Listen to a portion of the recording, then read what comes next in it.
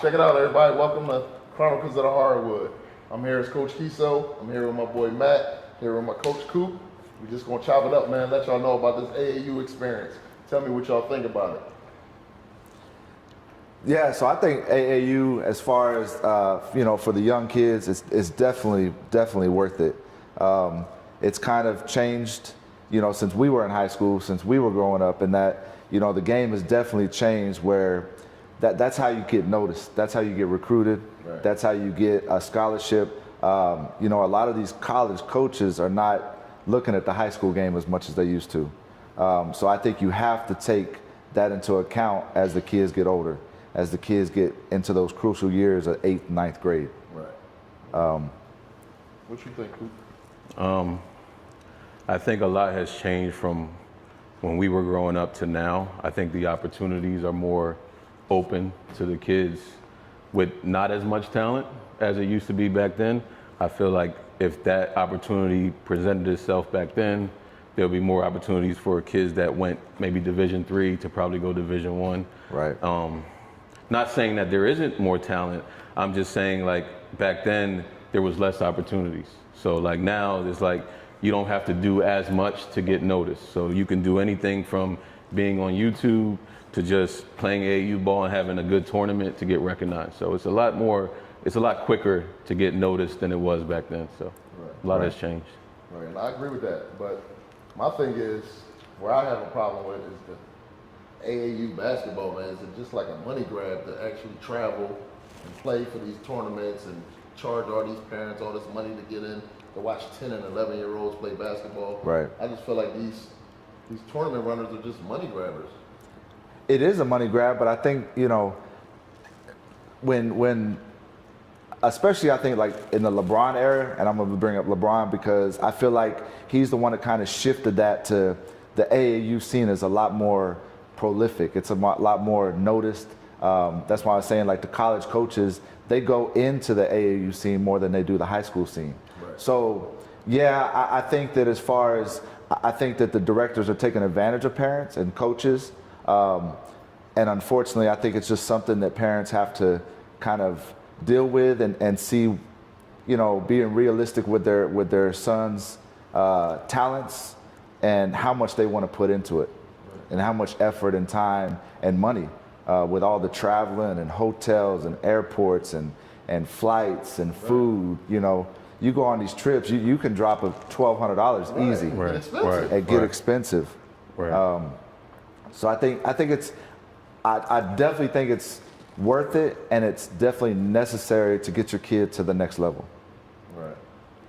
No, I agree with that 100%. But speaking of that, though, so is high school basketball even worth it? If that's the case, because if these college coaches, the only thing they have to do is come to an AAU tournament, and they can pretty much see every kid from across every state. What's the point of them even coming to your high school and watching you play high school basketball if you're only going up against that kid in that district? I think a lot of sons, I'll say, my son is only 10, right. But I'll tell you right now, the reason why we look at high school and why I feel like the high school is still important is because it's still like a community pride. It's still a school spirit. I think that's something that kids nowadays shouldn't take advantage of, and they should still take pride in their community. The AAU scene, you know very well. Right now we could go play for a team out of Ohio, but as you get older, you want to bring that home, and we want to bring those eyes to us, and not have to keep chasing those eyes. True. Yeah, like what he was saying, like there's a lot of players that go and play for teams in a different state, and sometimes their families can't go to those places, and they can only stay in high school and watch them. So I think it's also that that camaraderie with the people you go to school with, your teachers, all those people that are home and local and want to see you. So that we can't take away that just because there's something bigger at the end. That's why I think high school is still high school. You still got to go through all those things together, and playing for your high school is just as important as playing AAU ball. Yeah, I agree with that. But let's say you're a college recruiter, right? And you want to see a kid that's from San Antonio. How can you really scale his talent against another kid from San Antonio against another kid that might be from Philadelphia or Chicago or Detroit? How would you be able to scale his talent against them? Well, Not playing AAU basketball. If he's not playing it, you can't. Yeah, You know what I mean? You have to. Unfortunately, you go to these high schools, and you know, we saw it this year. You've got that one name on a team. Right. You know, and unfortunately, when you talk about like San Antonio, in my opinion, it's coming along, but it's behind the eight ball, especially when you talk about Dallas and Houston high school ball. True. I mean, you know, that's why I think the AAU, that's why I keep saying, like, to me, AAU is worth it just because of that, you know. And then you tie in all the stuff about the, you know, Instagram and the TikTok, the social media aspect. You know, these college coaches, they use that just as much as a tool as anything, you know. And then it's also, you know, you go to these kids as they, you know, another person. Of course, Jordan was doing it, right? He made his brand, but LeBron was real big. You know, it's also you're building your brand. Right. You know, so you going on these AAU, you're getting people to notice your name in, you know, Ohio and New York. You from San Antonio, but you've got, you know it. Your son Isaiah, they see it. They're on the phone with people from all over the U.S. Right. And it's. Also, it gives them a better opportunity when they're playing AAU to give those, they have a bigger network, right? So when it comes to the college time, you know, Isaiah and Keelan can go to another kid that they know out of Phoenix and be like, hey, let's all three, like Duke's gonna take all three of us or we'll go somewhere else. Right. You know, it gives them a lot to put in their pockets. It's not so much we have to worry about what they're giving us. You guys got to come get us now. Right. And I think that's what AAU has changed. Right. I think my biggest issue with AAU that it's become more of a business than an actual like pleasure. Like absolutely, the fun is gone from AAU. Like everything is strict, everything is structured. There's false advertisement on flyers, and people are expecting certain things, and then when they get there, they're like, "What the hell is going on? Right. This is not what you told me was going to be there." I mean, we've been to certain things where they said dunk contest, all-star game, this and that, and then when you get there, none of that stuff is there. You don't get reimbursed. The parents are upset, and it just creates a lot of like, I don't know how long I can keep doing this. Right. And I'm talking about the kid that's not the star player. The kid that's like the third, the fourth best player. He doesn't get that opportunity or that spotlight, but then his parents are paying all this money, and they're like, well, what did we really put our money into, or what did we get? Because we just paid $50 for a whole weekend, then we paid $30 for parking, and then it's a day pass. Right. And we didn't even know about the weekend pass. Right. Like there's so much things that are like I guess false advertising to me to say that for like what Coach Keso was saying, like I think it's more of a money grab than it's actual like what you're getting out of it. And I'm speaking not for the top player or the second player. I'm speaking for the person that's like the role player that's part of the team but doesn't get that much experience. So I think it's like anything though, right? It's gotten so watered down. You don't even know what events to go to anymore. Right. And that's where I tend to lean to it's not worth it. Right. Because like you said, not only is it false advertisement, but it's watered down because there's so many directors out here that see that money just falling from the sky. You know, kids sports in general, right, is a money grab. It's a lucrative because business. People see parents they're going to pay. It's the same thing in volleyball. It's the same thing in baseball. Right. I think football is a little bit different because of the physicality of it. You know, you can't just go out here and play 18 games in a weekend, right? That might be a little different. But when you talk about these other sports, these directors, honestly, they don't really care. So it gets so watered down because every weekend you could have 18 tournaments in San Antonio. Yeah. Right. You know, and it's like, but they don't change the prices. No. Exactly. They don't change the price. You know, you're still paying $100 to get in the damn gym. They don't care. Right. They're more worried about you just coming in, paying whatever, and we're gonna rent these rings out or get these old rings and just give it to you. Take a picture. See you next week. Right. Same thing over and over. What really makes me mad though is when you walking through the door and they're searching the kids and taking out their waters and Gatorades and saying they can't bring it in to play basketball. They can't bring it in to play basketball. You have to buy You have to buy. And then your waters and your Gatorades is $5 and $7 a piece. It's smart business-wise. It's But that's where the money grab is, right? That's where the whole money grab is. Right. Like, I mean, absolutely. you have to do it. You kind of have to do it. It's like you keeping up with the Joneses with this thing, and it's like unfortunate that it's like you invest so much time into it. It's like you're drained, like you're just drained, and then it's like, oh, we got to do it again next week. I just spent $400 on Gatorade and candy, and then I got to do it all again. And then if I don't do it, I'm not loyal to the team. Right? You know what I mean? It's like. But then they hold you hostage in the gym. The scheduling. You come into a gym. You come into a gym. A 10-year-old, 11-year-old, 4th, 5th grade. Okay, guys, you're gonna play at 9 o'clock. Then you're gonna go sit down for 5 hours, but you got to buy all our junk food. These are athletes we're talking about. You got to go buy our junk food. So you're not gonna play again till 2:30. And then if you win that game, the championship's at 6:30. So you're gonna stay here again. But then you're 3 hours away too. So just remember you gotta go back home. And you've checked out the hotel already. You gotta work the next day. So you're done. You know where to go. Back in the hotel. I mean, and then if you want to talk to the director, they're not even there. No, they're home already. They're already at the house. So it's just that's where it's a fine line, right? But I feel like that's where they've got us parents, you coaches, like they know they have the product that we need to get our kids, especially the ones that are really in this for the long haul, for the game, for the scholar. Because I tell my son all the time, what you do past high school is on you. My job is to do every opportunity to get you a scholarship. I need you to go to school. I need you to get that. You know, that opportunity. It's going to save you so much. It's going to save you money. Well, that's what it's about now. Or I could quit sports. Everything I put into it, I could probably pay for his college by the time he gets there, to be honest with you. I mean, I'm just being honest. Like, you add that up, you know, like I said, you go to Cincinnati for a week and you're dropping $1,500 easy. Easy. And that's where they get you. And Coach Coop, I mean, he know all about it because, I mean, he already had a daughter that went through the whole AAU. And his daughter that went and then not finished high school and then decided to go to college and then said, all right, I'm done now. Just said, hey, you know what? I'm tired. Like Forrest Gump when he turned back around, same thing. He's like, I'm ready to go home. That's it. That's checkmate. You can't do nothing about it. You can't do nothing about it. But that's what you gotta. That's what you have to understand with this, because, you know, I had an older daughter that went through it. So I'm trying to show, you know, Coach Keso and you guys that at any point, these kids can have a light switch and say, you know what, Dad, Mom, I'm tired. I don't want to do it anymore. I want to be a kid.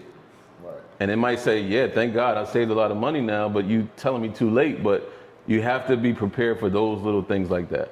Because you don't want to, you know, I had to experience that, and it was like you could like see my heart stop when she said that. So it's like, you know, you don't want to try to put too much pressure on the kid, but at the same time, it's a competitive nature. We all have it. So it's like, you know what I'm saying? So we always try to push our kid because we're actually spending our money and we're putting everything we can into them to get the best of their ability. But we just have to be careful because there's a fine line with, you know, overdoing it and, you know, having the kid just not love the game anymore.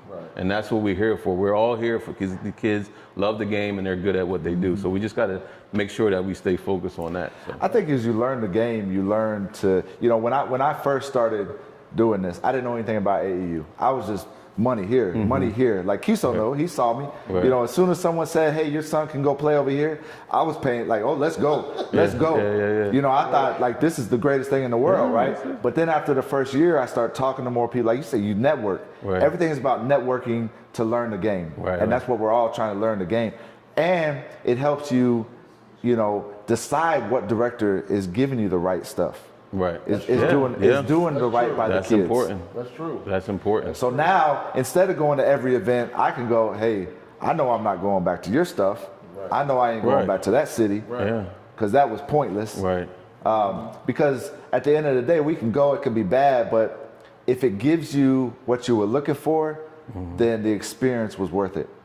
As long as you get what you went for. But it's when you go there and these directors say, oh, this team from, you know, here we go with this ranking crap, right? The number 2 team in the nation is going to be there. It's going to be there. That's the thing. And there's not a team anywhere on any ranking. Like, what I'm talking and you still pay about. the same money. That's what I mean. Same issues. And that's what these guys with these camps as well. Talk about that's a whole other story. Like they promote these camps, and they're promoting who's going to be at this camp. I wound up talking to one of the kid parents, and he's like, I ain't going to that camp. I don't even know what what camp? What weekend is that? Hello? You get these people that put the kids' names on camp on the flyer, flyers. Yep. put it all over social media, and this kid ain't even gonna be at the camp. They did that. Remember when that one camp did it to Keelan? Put Keelan on the flyer. I had people ask me, hey, is Keelan going to be there? I don't even know what you're talking about. Right. They just took a picture who they think is going to be there and put it on there. Promotion. And you got all these kids that want to come and play with them or play against them because at the end of the day, you're right. That's the problem with parents. They want to compete, right? The kids want to compete. Most of the kids that are in this, they want to compete at that next level. They want to compete at the highest level. That's true. And unfortunately, you get a lot of these parents, you know, like us, you know, we're trying to build San Antonio's AAU scene up so we don't have to do that. Right. But right now, nobody knows San Antonio, at least in my opinion, right? In my opinion, San Antonio is not where it should be. And I think that the new generation, these young ballers we have in San Antonio, they can absolutely do that. Right. And that's funny you say that, because every time we go and we travel and we play somewhere, and for people from Cleveland or wherever they come from, and they say, where y'all from? Yo, where this team from? And then when we say San Antonio, they're like, San Antonio? Yeah. San Antonio. Like, what's that? Where's that? What's going on over there? I mean, the Spurs are in San Antonio. So, you know, they got like, 5 championships. They got the Riverwalk. Right? It's just... It's like San Antonio basketball. Right. We from San Antonio. And people look at us like, San Antonio? It's like, yeah. Like, not too far from Houston. They're like, oh, okay. That makes it. Right, exactly. Right. So, I mean, I don't know, man. This AAU thing, man, it's crazy. It's crazy. It I is. mean, it's the, I guess, the trend. Like, everybody follows different trends, like whatever's new. But this AAU thing has taken everything by storm. And the thing about it, for me, I'm like, what is really AAU anymore? Because everybody's calling everything AAU. Before, you had to do so many things to be on the AAU circuit. Like, every parent had to sign up. Every son or daughter had to sign their name, their height, their birth certificate. Now every tournament is called AAU, and people think they're an AAU team. Right. And that's the problem that I have. Like, well, what is considered AAU? Because, you know, what's sanctioned, what's not.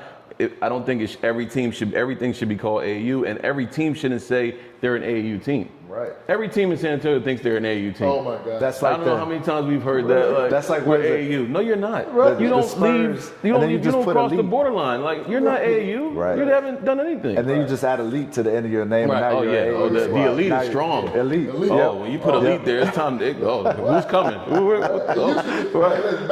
Right. All-Star. All-Star. Elite. All-Stars on the end of anything. Yep. You use an elite team. Right. Now, Elite. Elite. Yep. Yeah. Elite. They must be good. Right.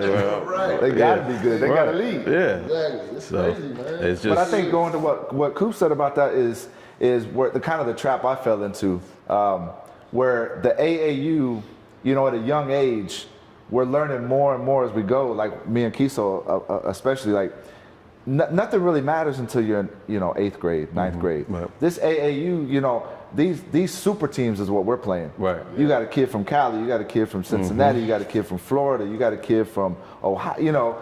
But then when you get into the true AAU, you know, the true EYBLs, the true Pro Next, like you got to be from that state. You gotta be so from it takes or all, neighboring, or neighboring state, right. and it takes all that super team out. Right. Now, to me, that's when it's really, you get to the point where it's, like you said, now it's worth it. Right. Now you're playing the real stuff. Right. Yep. Yeah. Yep. I agree with that. Right. 100%. I definitely agree with that, man. Well, listen, man, we're going to go to a commercial real quick, man. This is Chronicles of the Hardwood. Make sure y'all stay tuned to TAN TV.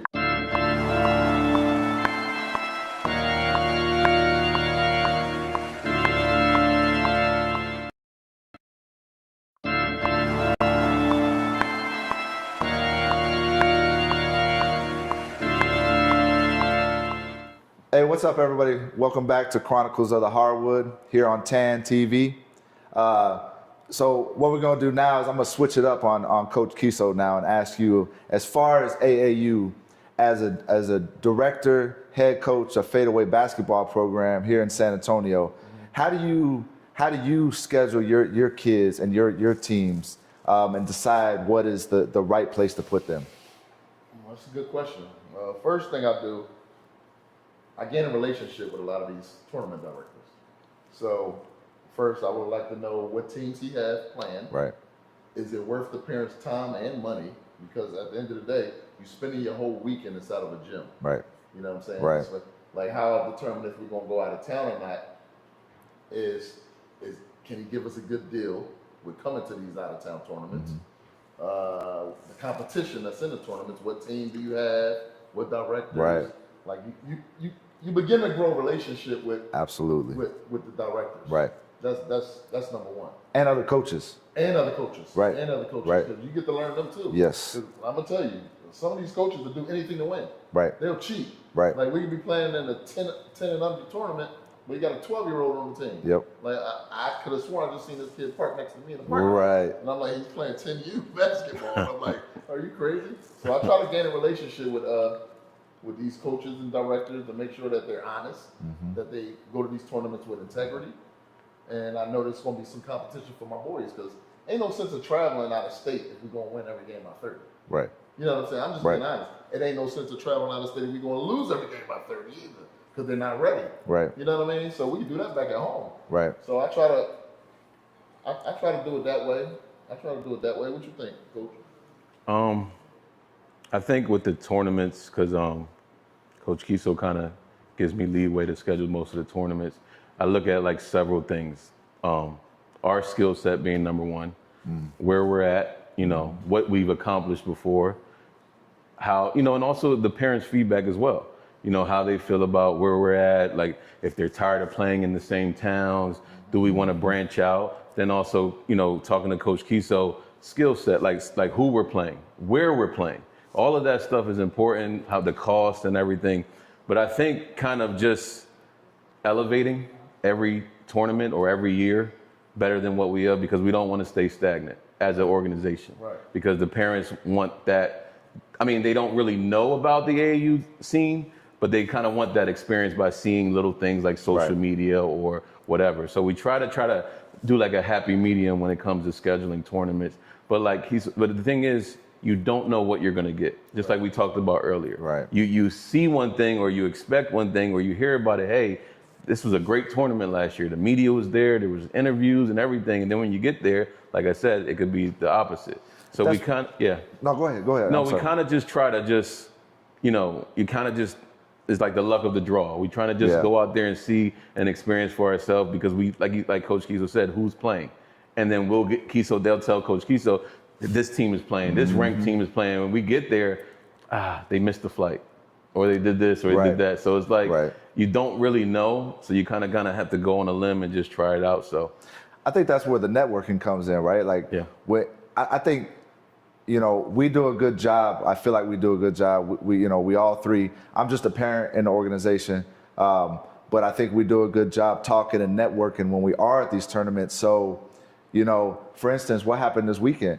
A director didn't even know that one program was going to show up. Me and Keso took it upon ourselves because we always want to make sure our parents are getting their value. We always want to make sure that, yes, it's a money grab, and yes, it is, but we can also do our part as parents, as coaches, as directors to network and learn and network with the other coaches and other parents where I'm talking to a coach, hey, I see we play you tomorrow morning. He's like, what are you talking about? Right. I'm on vacation. So then we can kind of say, okay, look, this director or this program is not, we got to watch this. We got to do our due diligence. And we learn what organizations, like you said, you can trust and you can go with their word and say, okay, I know that if we go to this one, everything they put on their flyer is 90% going to happen, because you can't rule out a flight. Like, when we went to Made Hoops, you can't say that a program's coming from OKC and they get a snowstorm and they miss their flight. That's just life, right? That happens. So we understand that. But we can also do our part and help, and network on our side. Right. As far as me though, and traveling and going out of state or out of the city, is basically because I get tired of playing the same teams over and over and over again. Like San Antonio is small, I get it. It's small, but guess what? They got 300 AAU teams, so-called AAU teams. You know what I'm saying? But you get tired of playing the same ones. I mean, I done got phone calls from directors that said, hey, listen, sir, we can't let you in this tournament because once they find out you in the tournament, 4 other teams drop. 4 they're going to drop. And I'm like, what is that? Like, if I'm asking the director who's in the tournament, I'm chasing the best teams. Right. I want to go up against the best team. 9 times out of 10, that's what I'm chasing. You know what I'm saying? But Want all the I done smoke. I done talked to you and you about it. Like, listen, yeah, we signed up for a certain tournament, but now they telling us we can't play in it because the other teams are dropping out. Now they feel like they losing money. Yeah, You know what I mean? and it's like we're forced to go somewhere else, like out of town. Yeah. Like sometimes we want to stay there, but then it's like the director or the tournament director doesn't want us there because they're losing money because 2 or 3 teams are dropping out. So they're like, well, I'll risk getting rid of our team, fade away, and then just to keep those other 3 teams financially because it's a money thing. Yeah. And it's like we're kind of they're forcing our hand because of maybe our skill set or whatever, but it's just like, you damned if you do, you damned if you don't. Right. You know, we want to stay here, but then at what risk? What are we risking by staying here? But you also got to stay active. Right. That's where I think that's the hard part, right? We got to keep our boys active and playing ball. Where, you know, you might say, man, this tournament's not going to be what we really want, but we also don't want to go to Cincinnati this weekend. Right. Like that's not legitimately going to happen. And so sometimes you get stuck in that trap where you have to stay active for the boys because they're not going to get better unless they play. They can go to, you know, do all this other stuff and, you know, and that goes into what y'all were talking about earlier about playing time. You know, if you're not playing, you know, these programs, they bring 15 kids to a tournament, you know, how much work are they really getting? Right. How much activity is the kid getting? Right. How much better is the kid getting? Right. So it's a fine line. I think it's one of those that's, you know, it's all about networking. That's the one thing I've learned in all the AAU things is every time I go somewhere, it's an opportunity to network with somebody else, to get another contact in my phone to say, okay, what can we lean on this week? What can we do with this week? You know what I mean? So, and between us 3, you know, I'm a dad, so I talk to more parents. You're a coach, you talk to coaches. You're also a director. You're assistant coach, so you're talking to coaches. You know, we just build that relationship like you were talking about earlier. It's all about networking and relationships. And as long as they know we're being, you know, truthful and honest, you know, we have a better opportunity to curtail that just a money grab. We can help the parents. And that's why I lean on Coach Coop. Like, because, I mean, it's not like an assistant coach. It's like an associate head coach. Right. You know what I'm saying? Like, because he know and I know I can't do everything. You know what I mean? He can't do everything. So just like it might be a tournament that he picked, and then we do got that intel, and we know these coaches and directors. I can go back to him and say, hey, Coop, this is a rec tournament. We want to scratch this one. Let's go to this one where we going to get more smoke. You know what I'm saying? Where we can, you know what I mean, bounce ideas off of each other as far as what tournament to play in, which ones to stay away from. Some of these coaches, some of these directors that just want money. And it's crazy, man. I mean, I pretty much don't know what to do half the time. Especially for the younger kids. As they get older and the programs get, I don't say the programs, but the organizations get more, you know, it's a money grab, but it's also a business for them. Right now, I feel like there's a difference between money grab and a business because EYBL, that's a business, right? That's the way I see it. AAU, like when we go to AAU Nationals, that's a business. It's not just you know, a Coop made a, you know, basketball is us and we have a tournament every other weekend. So it's a little bit easier to say, you know, all these super teams and you're going to get to play kids your own age and, you know. And they can trick you like that. Absolutely. Like meaning the flyer. Like the flyer is like what sells. So they're going to throw some nets and some stupid basketballs around it and faces and you're like, oh, he's going to be there. He's going to be there. $500 grand prize when you paid $425 to get in. Like people don't even see all of that. Like all those things are just like whatever pops and you're like Houston or you see a big city and you think because it's a big city, the competition is going to be there. And then when you get there, you're playing the elite and it's not even the elite. Like you're like, okay. All the teams from that city actually went to Dallas. And then the parents are excited seeing Houston and then they get mad at us and we're like, we didn't know. We just saw Houston. Like you guys wanted to go to a big city. We didn't know. But it's because it's all unknown. I mean, you guys have traveled and went to these big tournaments and got there and won by 40, 50. And you know, you asked the kids and the kids said we played better teams locally. So it's like, you know what I mean? You never know. You have no idea until you get there. You just kind of have to go with it because that's the trend right now. So. Now, but let me ask you a question. Do you think the parents are actually traveling for the kid or are the parents traveling for the parents? Because I feel like sometimes they just want to travel Yeah. because they get tired of staying in Yeah, San Antonio. it's a vacation So they for want them. to see something different. Yeah. Whether the kid is ready to Yeah, play right. against Or better not. competition or not, they're like, listen, I'm sick and tired of San Right. Antonio basketball. Can we please go to Houston? Right. I don't Yeah. like going to the mall. Right. I'm tired of Yeah. North Star. Right. You know what I mean? Like a terror. Yeah. I've been there 3 times. Yeah. You know what I mean? So sometimes they might want to just go and travel with the Right. kid. Like, I'm cool playing right here. They get You know? excited Yeah. more than the kids sometimes. Right. Like they're scheduling the hotels, and the parents the Absolutely. kids have no idea they were even going. Right. Yeah. They're like, yeah, we're going here, and I mean, I think it's a vacation for them as well because Right. they're so in this bubble of San Antonio, so they're like so used to it. So then when they finally get a schedule and it says out of town, they get excited too. So, you know, it works both ways. And I think they fall into the trap I did my first year. It's all the glitz and glamour of going there. Right. Oh man, like, you know, the difference of winning by 30 and taking a picture on Sunday at you know, Mission Concepcion, or I'm at, you know, Jermaine O'Neal's gym in Dallas Right. on a Sunday night, Yeah. and I get to take a picture Yeah. in front of Jermaine O'Neal's gym, Yeah. and it's the glitz and glamour It's a when you star-studded still thing. won by 35 points every game because you played a Right. bunch of elite teams. Right. You know, so Yeah. It was Yeah. cool. I mean, Yeah. I remember us traveling. oh man, Like first getting out there and our kids taking pictures with some of the NBA stars and Yep. you know what I mean? I remember Isaiah with Jamal Crawford. Yep. Jamal Crawford telling me a fan and Rick Ralston. Yeah, just different people. It's just so it was fun. and then we were on the sometimes- same plane with Kendrick Perkins, and, Right. you know, Yeah. it's like Exactly. it's crazy what you see, Exactly. you know, and it is, you know, I think that's too, you know, beyond the basketball, it is an experience for the kids. That's the You know, thing. it's an experience for the kids, and also it teaches them at a young age on what it's going to be like when they get older playing Right. ball. Right. Because there's going to be a lot of travel, especially if you're Right. playing at that elite level. You're playing on the EYBLs. It's like an NBA schedule. Yeah. Right. You know Yeah. what I mean? You're gonna play here this week, and in 2 weeks you're gonna be over there, Right. and then 2 weeks later you're gonna be over there, and it's not in the same city, it's not in the same state. You're all over the country. Yeah. So I think it's just everything is, you know, I think you just have to be careful as a parent or as a coach just to make sure you're doing your due diligence, making sure that it's the right place for the kids. You know, because like you said, it's at the end of the day, most of these until they get in about 8th, 9th grade, it is just a money grab. Yeah, and then it's like, you know, me and him, we piggyback off each other.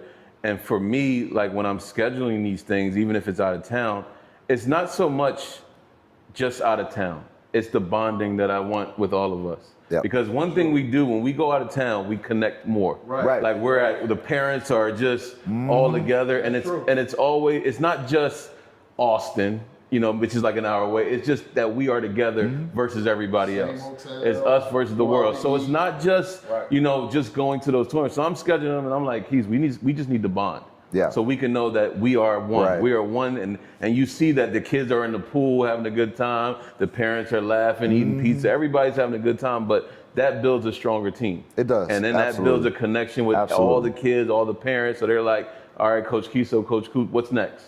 Yep. We're on board. And that's what's just as important as playing the game. So. Right. Right. It is. Yeah. And I mean, that's something else that we can talk about on our next episode because I mean, the parents, man. Now you got to recruit kids all based off the parents. You Yeah. can't recruit kids based off talent no No, more. not anymore. Not no more. Not It's anymore. a package deal. Right. They can come It in as a is. cancer and break everything up. And break You know the what I mean? whole team up. One person can break everything up. But we'll get into that on the next episode, man. We'll talk about the parents and Absolutely. things of that nature, recruiting kids. You know what I mean? Make sure y'all Based off tune in. That parent relationship, exactly. Tan TV. Tune in. Chronicles of the Hardwood, man. This is Coach Keso. Just like to let y'all know, I appreciate y'all for watching. It's Coach Coop over here. Parent Matt. Chronicles of the Hardwood. Stay tuned. Tan TV. Appreciate it.